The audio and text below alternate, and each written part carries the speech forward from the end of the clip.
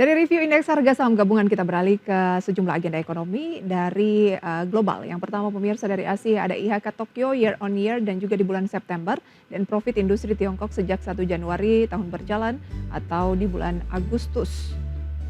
Kemudian pemirsa kita lihat untuk Amerika Serikat ada posisi cadangan di Bank Federal Reserve atau Bank Sentral Amerika Serikat dan indeks harga PCE inti Amerika Serikat di bulan Agustus secara year on year juga.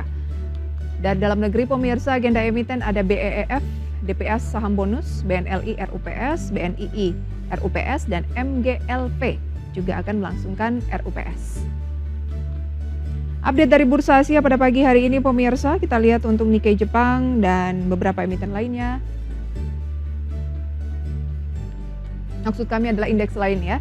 Ada indeks Nikkei Jepang yang terpantau naik 0,52%. Stratam Singapura turun 0,09%, indeks Kospi naik 0,02% dan Hang Seng Hong Kong melesat 4,16%.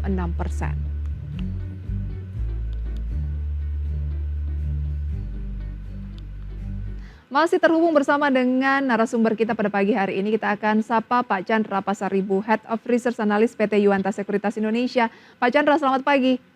Selamat pagi. Terima kasih atas waktunya pada pagi hari ini. Pak Chandra, sebelum kita ke indeks harga saham gabungan dan pasar modal domestik, baru saja kita lihat bersama update dari Bursa Asia di mana Hang Seng Hong Kong melesat 4%.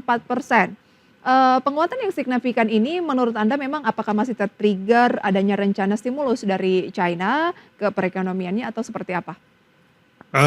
Ya persis seperti itu ya. Jadi kelihatannya pemerintah China sekali lagi mereka menegaskan komitmen mereka untuk mendorong perekonomian Cina yang memang kelihatan sementara ini agak sedikit melemah ya. Tapi mungkin concern secara umum adalah bahwa stimulus ini mungkin akan lebih membuat growth floor kepada China rather dan daripada kita lihat mungkin terjadinya akselerasi ya. Karena terus terang aja kalau kita lihat di Cina sendiri mungkin sektor-sektor seperti properti yang value added chain-nya cukup panjang tuh masih ada sedikit banyak bermasalah ya, terutama yang properti yang besar-besar itu ya, karena mereka overly borrowing, terus mereka mungkin project juga mungkin ada yang beberapa yang masih relatif nggak terlalu mulus pembangunan development, sehingga memang yang kita lihat dengan stimulus ini mungkin lebih kepada pemerintah Cina membentuk suatu floor terhadap pertumbuhan ekonominya sih.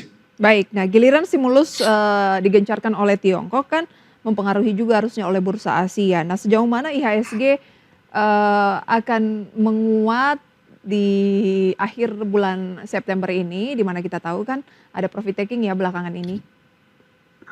Dari stimulus Cina sebenarnya udah kelihatan ya, jadi positif impact itu terhadap IHSG itu banyak sebenarnya di commodity related ya, makanya belakangan ini kita lihat saham-saham dengan di mining sektor, apakah itu batu bara, nikel, itu cenderung agak lebih positif ya pada saat mungkin kita lihat ada take profit di market cap seperti atau sektor seperti financials dan saham-saham yang lain sih. Cuman artinya memang ada sedikit pergeseran di situ.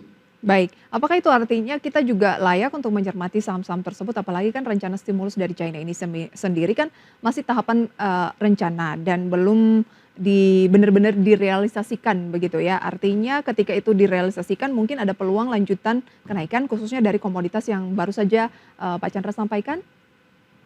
Saya pikir kita sih positif ya untuk komoditi. Memang kalau kita lihat dari sisi memang harga saham sendiri kan sebenarnya masih relatif laggard ya kalau kita bandingkan misalnya dengan beberapa seperti tadi ada healthcare, sektor financials, bahkan even Goto juga udah mulai bergerak gitu ya. Jadi sektor-sektor atau sektor pertambangan ini memang agak sedikit ketinggalan dan rasanya sih harusnya ada peluang di situ ya.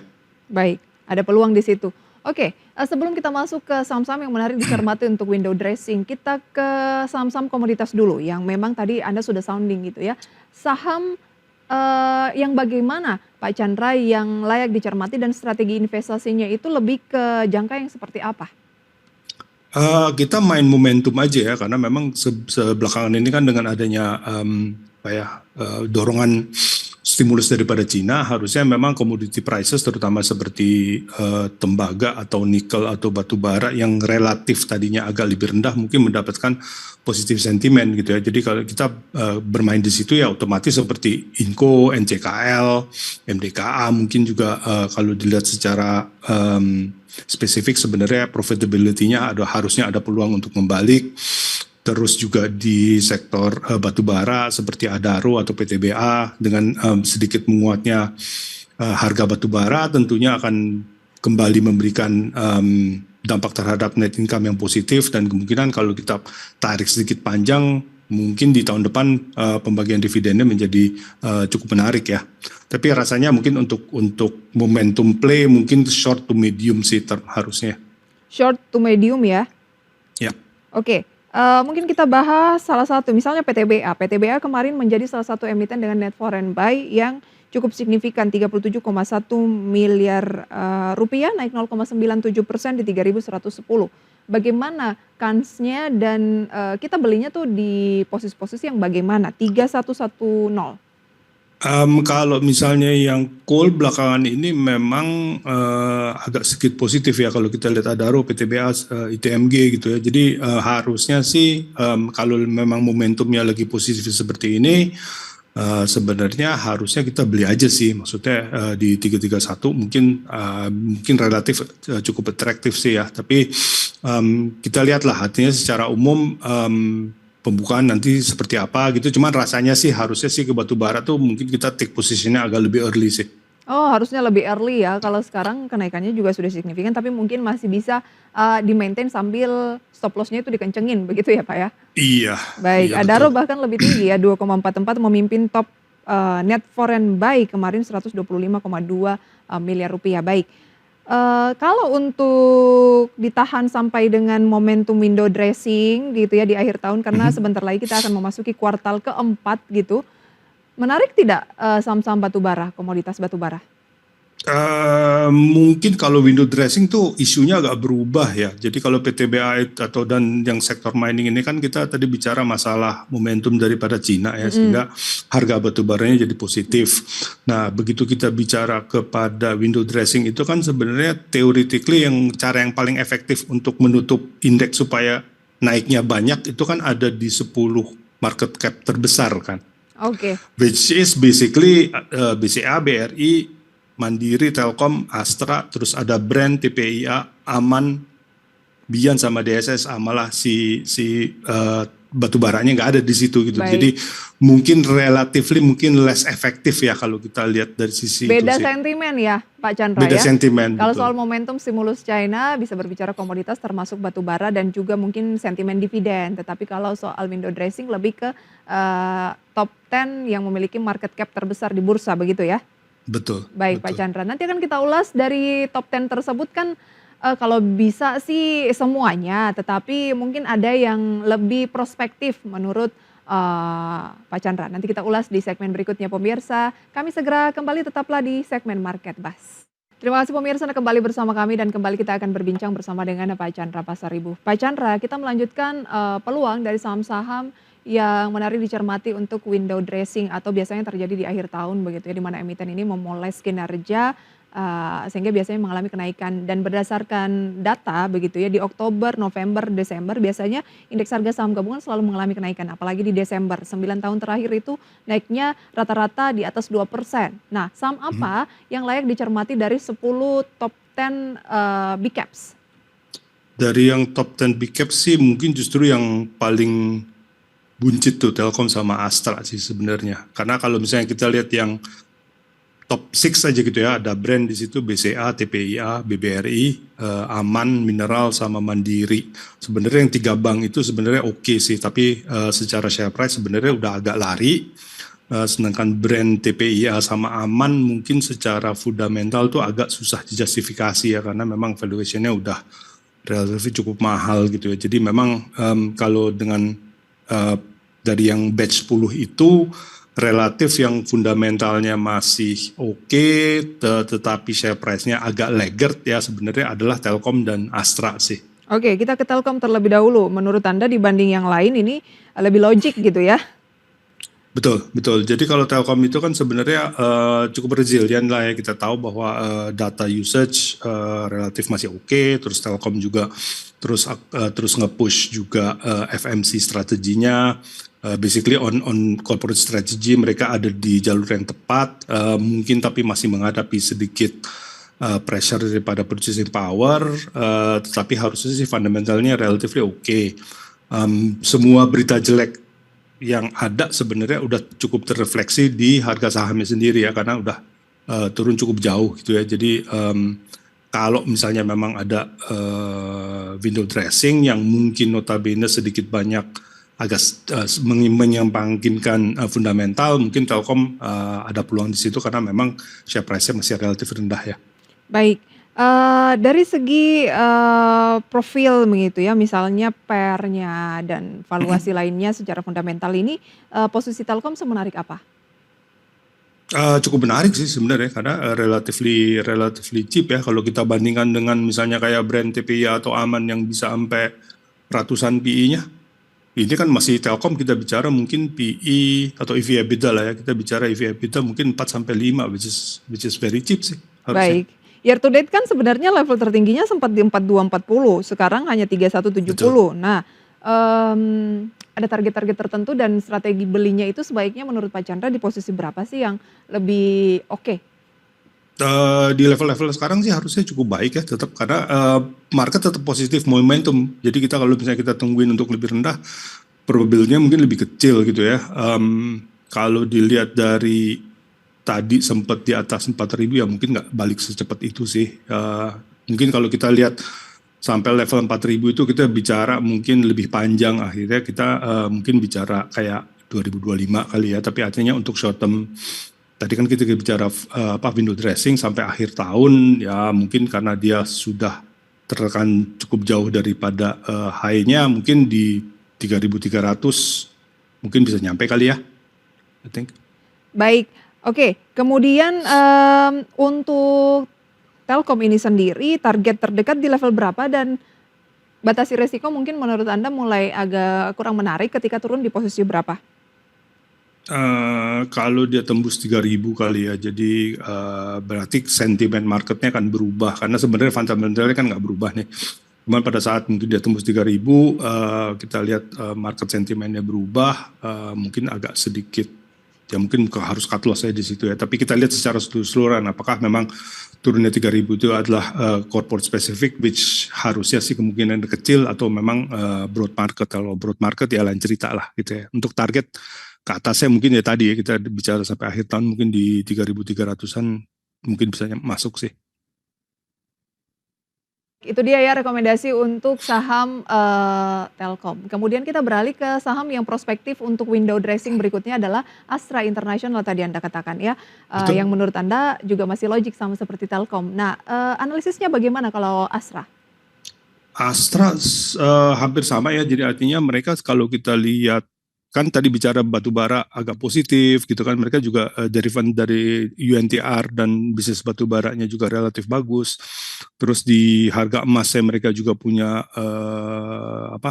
tambang emas juga di situ. Autonya mungkin sedikit agak tertekan ya karena kita lihat jumlah penjualan mobil dan motor mungkin untuk sampai 8 bulan mungkin nggak terlalu bagus gitu ya, tapi I think mungkin itu bisa ditopang dengan turunnya tingkat bunga kan sebenarnya, karena kita tahu pembelian mobil terutama mungkin sekitar 50-an 60% itu based on credit gitu. Jadi pada saat tingkat bunga itu turun harusnya menjadi lebih murah, sehingga akhirnya mungkin automotive segmennya bisa membantu bergerak ke arah yang lebih positif gitu ya. Jadi memang kita lihat sebenarnya fundamentalnya sih benar masih cukup oke lah ya dari sisi yang sektor mining masih performing karena dia akan positif correlate dengan harga batu bara. Di sisi otomotif yang sedang agak lemah ini sebenarnya bisa dibantu dengan dua sih sebenarnya. Satu itu tadi turunnya tingkat bunga, kedua menguatnya nilai tukar rupiah karena nilai tukar rupiah akan berpengaruh kepada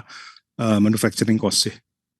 3 bulan terakhir ini kan Astra sudah menguat 18,51%. Kemudian yang tertinggi, dalam tahun ini 5.750, sekarang di 5.250. Ada, Oke, ya gap tentunya ya dari level tertingginya. betul.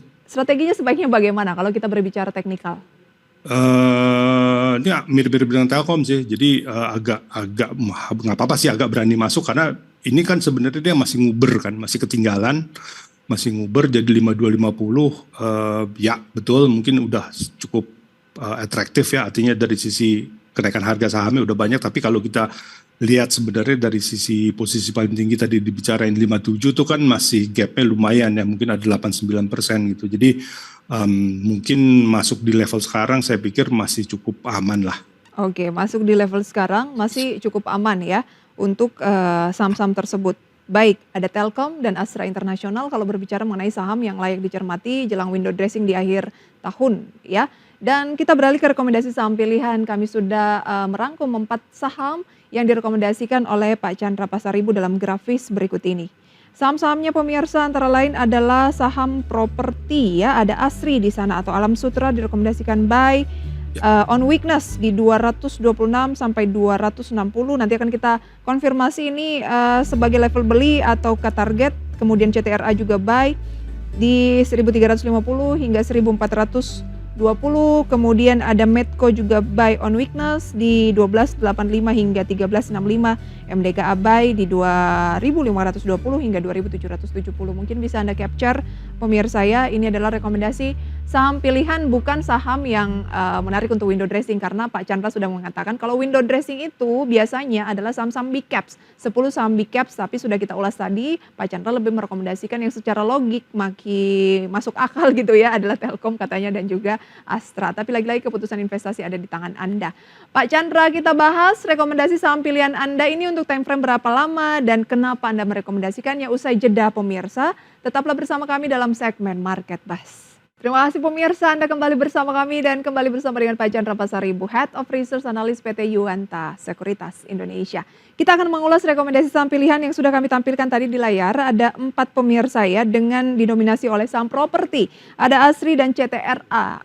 Sebenarnya apa saham properti saat ini Pak Chandra sehingga dari 4 saham pilihan, 2 diantaranya dari sektor ini?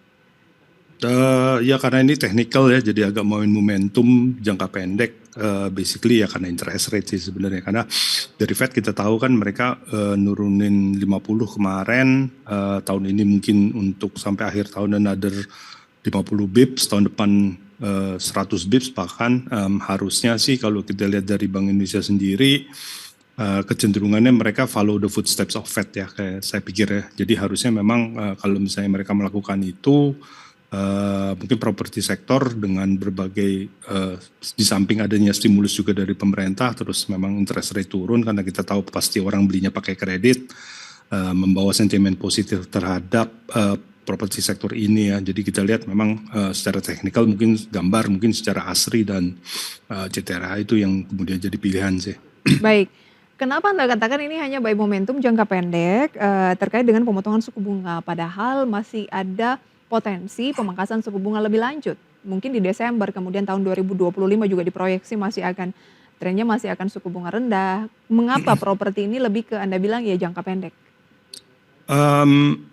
Karena sebenarnya kalau dari sisi harga saham sama dari sisi kecepatan bergeraknya financial result itu mungkin atau financial income lah ya, dari itu bergeraknya kan nggak linear gitu ya. Jadi market tuh udah ekspektasi lebih dulu bahwa dengan turunnya tingkat bunga ini akan positif terhadap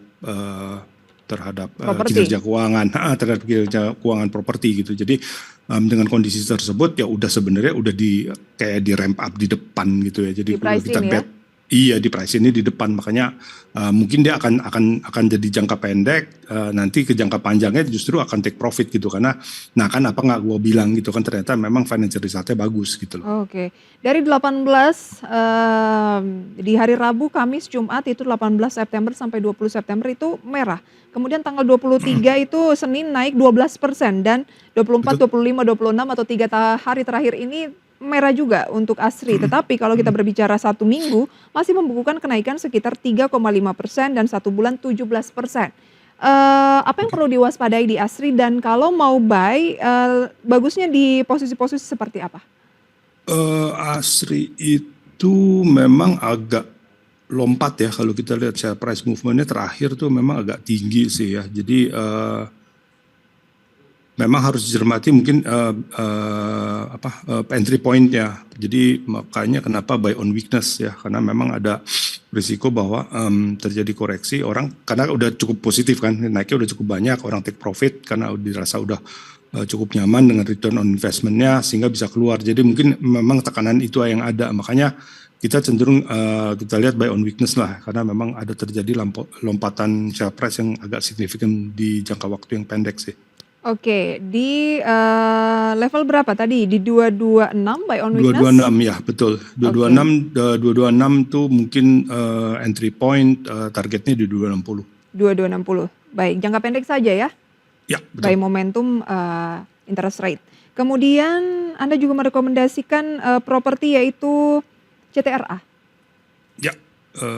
Kalau CTRA buy bukan buy on weakness. Iya, karena kalau kita lihat dari share price movement-nya nggak sedrastis daripada ASRI kan. Memang ada kenaikan sedikit, tapi dia masih cenderung sifatnya gradual naiknya. Jadi relatif kalau misalnya kita bandingkan terhadap ASRI, ada jarak ketinggalan kan sebenarnya kan kalau dilihat dari share price movement top gitu ya. Jadi memang kita lihat kalau memang sektor propertinya masih tetap positif ya mungkin ini bisa jadi salah satu alternatif karena yang lain udah bergerak duluan gitu loh. Ini kan yang termasuk yang laggard ya. Kita lihat mungkin bisa di entry point di 1350 dengan target di 1420 sih. 1420. Baik, saat ini di 1365 sudah naik 0,74% di pembukaan perdagangan sesi pertama. Anda bilang tadi 1340 buy-nya. Kalau 1365 ditunggu saja terlebih dahulu atau current price? Kalau lihat begini sih agak positif ya, jadi harusnya current price sih. Karena tadi saya bilang dia ketinggalan ya, jadi laggard ya mesti agak diuber sih, karena nggak kemungkinan dia untuk koreksi lebih kecil jadinya. Oke, kemudian juga Anda merekomendasikan dua sektor emiten dari sektor lain ya, Medco, buy on weakness. Ya, komoditi, kita bicara tadi komoditi ya, jadi Medco sama MDKA, satu oil, satu emas.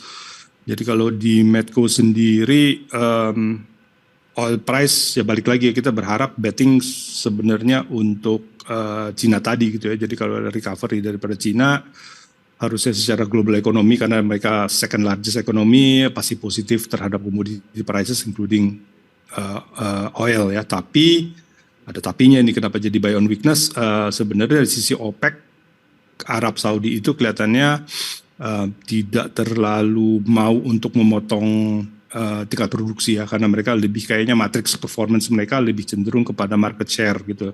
Dan sejauh ini Arab Saudi itu ngerasa market share-nya turun sehingga ke depannya kemungkinan mereka akan justru naikin produksi gitu, sehingga itu menjadi kontraproduktif terhadap harga minyak sih. Baik. Anda bilang Medco buy on weakness di 1285 dan pada pagi hari ini memang Medco mengalami pelemahan mungkin sedikit karena harga energi minyak maksud saya juga agak turun begitu ya. 1305 ya, saat ini mulai boleh dilakukan cicil beli di Medco dengan tunggu aja. Targetnya di berapa Pak Chandra? Di 1365. 1365 ya. Ya, baik. Target masuknya 1285 ya. 1285 entry point. Baik, ya. Tunggu dulu, saat ini masih 1305, sabar saja ya. Terakhir, MDKA, kenapa MDKA? Kenapa bukan Antam atau sejenisnya PSAB? MDKA harusnya secara financial result tuh mereka nggak terlalu bagus sebenarnya sampai dengan first half gitu ya. Jadi, tapi kita tahu bahwa harga emas kan terus-terusan melambung di rekor ya. New record high gitu ya. Jadi artinya saya bettingnya sebenarnya on MDKA harusnya mereka dengan harga emas yang positif ini harusnya bisa reversal daripada financial resultnya di kuartal 3 dan kuartal 4 sih gitu. Jadi dengan momentum itu diharapkan mungkin bisa lebih positif ya. Baik, kita lihat tadi teknikalnya bahwa kenaikannya itu ada candle hijau yang sangat luar biasa di sana ya, dan dalam 1, 2, 3, 4 oke. 5 hari ini karena di pembukaan awal pagi hari ini juga menguat lagi, sudah naik berturut-turut sepekan mungkin hampir 19% ya untuk MDKA. Jadi targetnya ke level berapa Pak? Kita target di 770. 2770 sorry. 2770. Ya. Oke, itu target price untuk take profit ya gitu. Entry point-nya di 2520 sih. Mungkin ketinggalan dengan opening sekarang. Nah, kalau harga emas ini juga terus melambung seiring dengan interest rate gitu ya, pemangkasan suku bunga dan memang udah Mhm. hampir seminggu ini, emas selalu tercatat menyentuh rekor tertinggi baru sepanjang masanya. Ada peluang nggak setelah 2770 ini target dari MDKA, maka, ada target berikutnya? Kita lihat dulu ke financial performance sih ya. Jadi mungkin saya akan sedikit bersabar di situ. Jadi karena kita kan masih menduga nih bahwa di third quarter dan fourth quarter MDKA bisa deliver result yang lebih bagus gitu. Jadi itu mungkin perlu dibuktikan dulu gitu sebelum Oh, kita baik. geser target baru. Baru kita berbicara target baru, result-nya Betul, dulu harus kita lihat apakah harga emas memberikan kontribusi signifikan juga ke kinerjanya gitu ya. Kalau betul. emasnya sendiri kan kalau nggak salah sudah di 26, hampir 2.700 tampaknya ya dolar Amerika Ya, Serikat per troy ya. ounce. Ada target dari, Pak Chandra mungkin? Waduh, kita nggak lihat tuh, agak terlalu ini ya, maksudnya kita nggak coba menebak gold price ya, kita lihat dari Mhm, momentumnya aja sejauh ini agak masih sulit oke? sih terus terang. Masih oke sih, kelihatannya sejauh ini belum ada indikasi bahwa akan terjadi reversal ya. Mungkin dengan kondisi global, terutama trade war antara Amerika dengan US, mungkin like apa ya, currency yang aman untuk dipegang itu adalah emas. Kan tadinya kan adalah dolar kan salah Baik, satunya gitu ya. Ya heeh, sekarang kecenderungan dengan dolar mungkin orang masih mencari alternatif dengan mungkin yang sifatnya lebih netral adalah emas. Jadi harusnya sih dengan pegangan itu mungkin eh, cukup memberikan resistensi terhadap baik. harga emas sih. Itu dia rekomendasinya dan juga analisisnya kalau terkait dengan emas pemirsa ya. Kita ke update pembukaan perdagangan sesi pertama waktu menunjukkan pukul 9 lebih 7 menit pemirsa di mana IHSG pada pagi hari ini bergerak di teritori negatif turun 0,61% atau 47 poin di 7.692. IHSG dari kemarin berusaha bertahan di 6.700-an, kadang turun di 7.600-an dan kemarin mencoba bertahan di 7.700-an. Saat ini turun lagi pemirsa ya. Dan dengan, currency atau nilai tukar rupiah terhadap dolar Amerika Serikat, menguat di 15.079 namun, belum sempat tertahan ataupun, menguat di level psikologis 15.000 ya. Kemudian pemirsa berikut deretan saham yang menjadi gainers ataupun juga losers. Antara lain pemirsa adalah MDKA yang baru saja kita bahas sebagai salah satu saham rekomendasi Pak Chandra ini melambung 4,25%, menduduki posisi pertama gainers based on value, kemudian ada PANI, BSBK, PYFH, ADMR, Toba, Japfa, TMPO, HEAL dan juga ada VOKS atau Voxel Electric Tbk. Itu dia 10 gainers, losersnya masih saham-saham big caps, ada BCA di sana pemirsa yang turun 1,87%, Bank Mandiri, Telkom, kemudian ada BNI, GoTo, BRIS, AMRT, ITMG, Silo, dan SSMS. Pak Chandra, tadi kan Anda merekomendasikan kalau berbicara window dressing menarik mencermati Telkom. Telkom saat ini urutan sekitar ketiga top losers based on value. Mhm, Kesempatan mhm. untuk buy on weakness kita keep ya mungkin sampai akhir tahun. Boleh sih sebenarnya.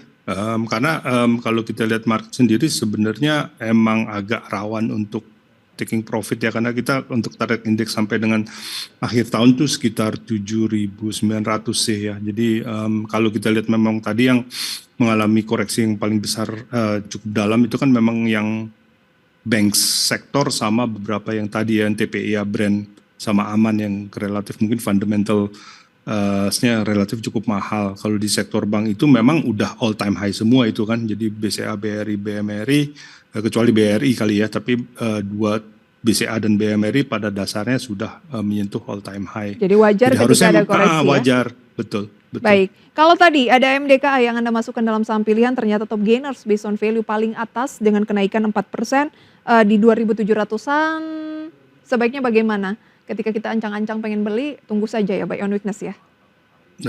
Iya sih, levelnya udah dekat Udah dengan baik. level target soalnya.